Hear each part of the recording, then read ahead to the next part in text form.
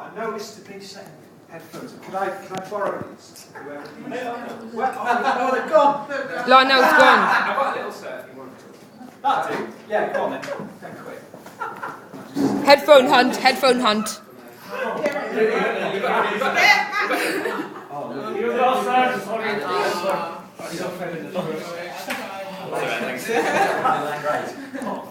I'd love to say I've learned this, but I haven't. Before we start, this is about, does anyone know those times where, especially in a socially confined situation, you latch on to someone and just fall in love with them? That's a complete stranger and you don't know him. No, I have this. It's an amazing feeling. Yeah, you know what I mean? Like, you just see someone and you just invent like a feature in them. And like, this is kind of what this is about. Sorry, I'm just going to grab that. 1 second. There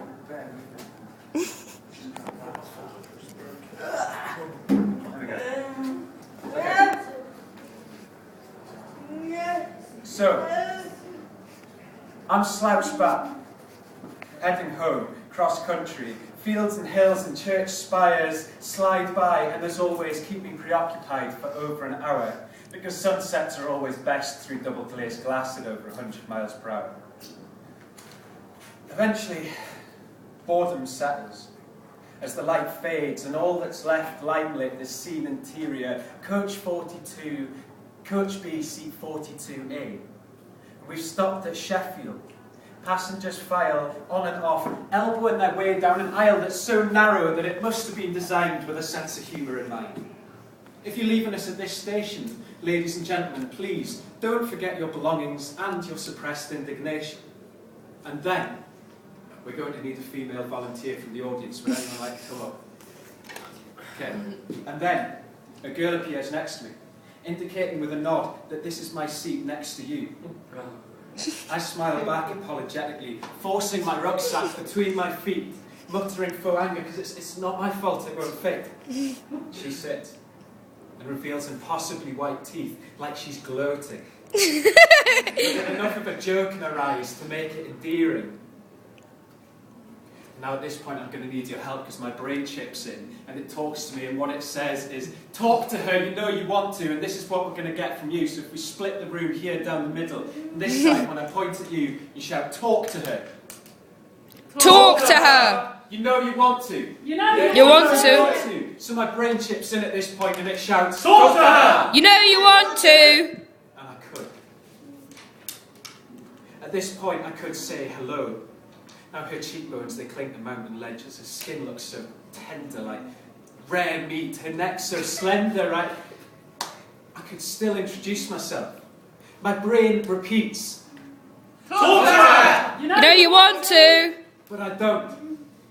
There's this animal voice in the back of my mind which mutters sweet somethings from time to time, but my rational English condition, which won't take risks and fears rejection, takes my imagination's suspicion that I have just fallen in love and squashes it, smears it across the window like a bug. My brain tells me, talk to her! You know you want to. Don't be ridiculous! I shout back.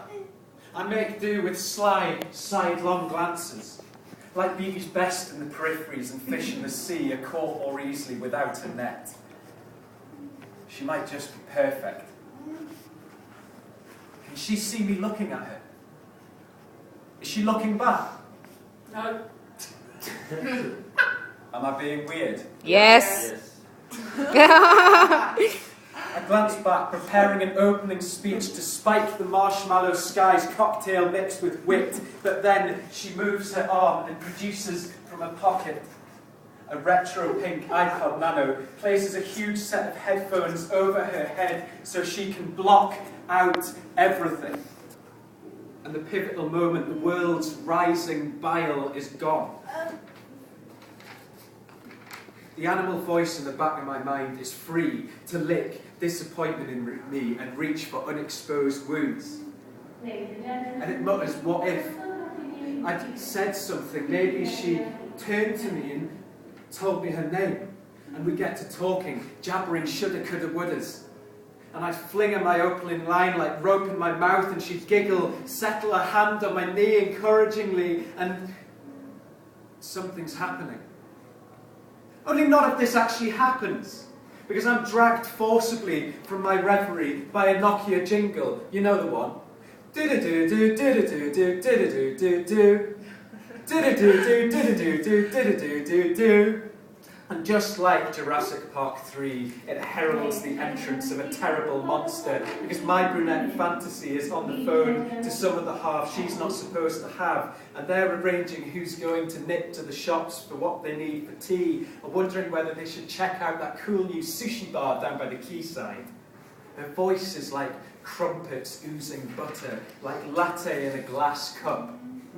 Even this interruption cannot halt my rampant speculation, because we're in bed on a Sunday morning and she's confessing how unhappy she is, how her titanic relationship split down the middle, how she just needs someone more like...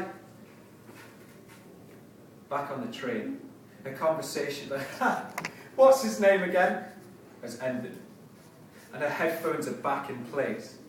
But years on, we're lying on double mattress red sheets, rifling through our wedding gift lists. Sunlight pokes its fingers through the bay window, and we tell each other, we're so happy. We're so happy.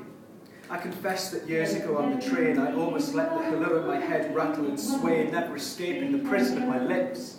We stop to consider our entire lifetimes switch on these joints of indecision, and she kisses me. And we argue quietly about whose turn it is to fly to the shops for tea.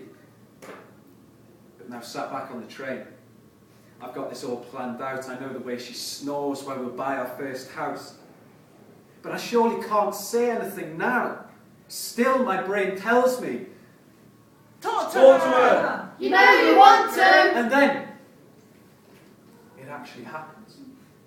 She turns to me, smiling, and says, hello. My name's Catherine, and I'm a fly caught by a swift lash of an electric swatter, stunned and set on fire. There's nothing I can do. The animal voice in the back of my mind that had reign over a socially confined situation and knowledge of my own cowardice had not accounted for this, and is frantically reeling back in the spiel, no longer telling me, talk to her! You know you want to! Not anymore. It's too late for that. Don't do it.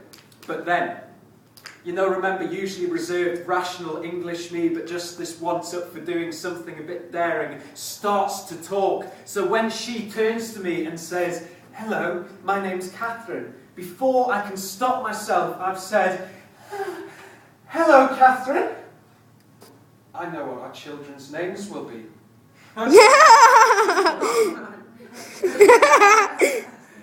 She stands. Seems taken aback, packs her bags and moves across the aisle. But now it doesn't really seem to matter, because the chance that I'd wanted wasn't such an incentive once an entire future had already been invented. Thank you very much.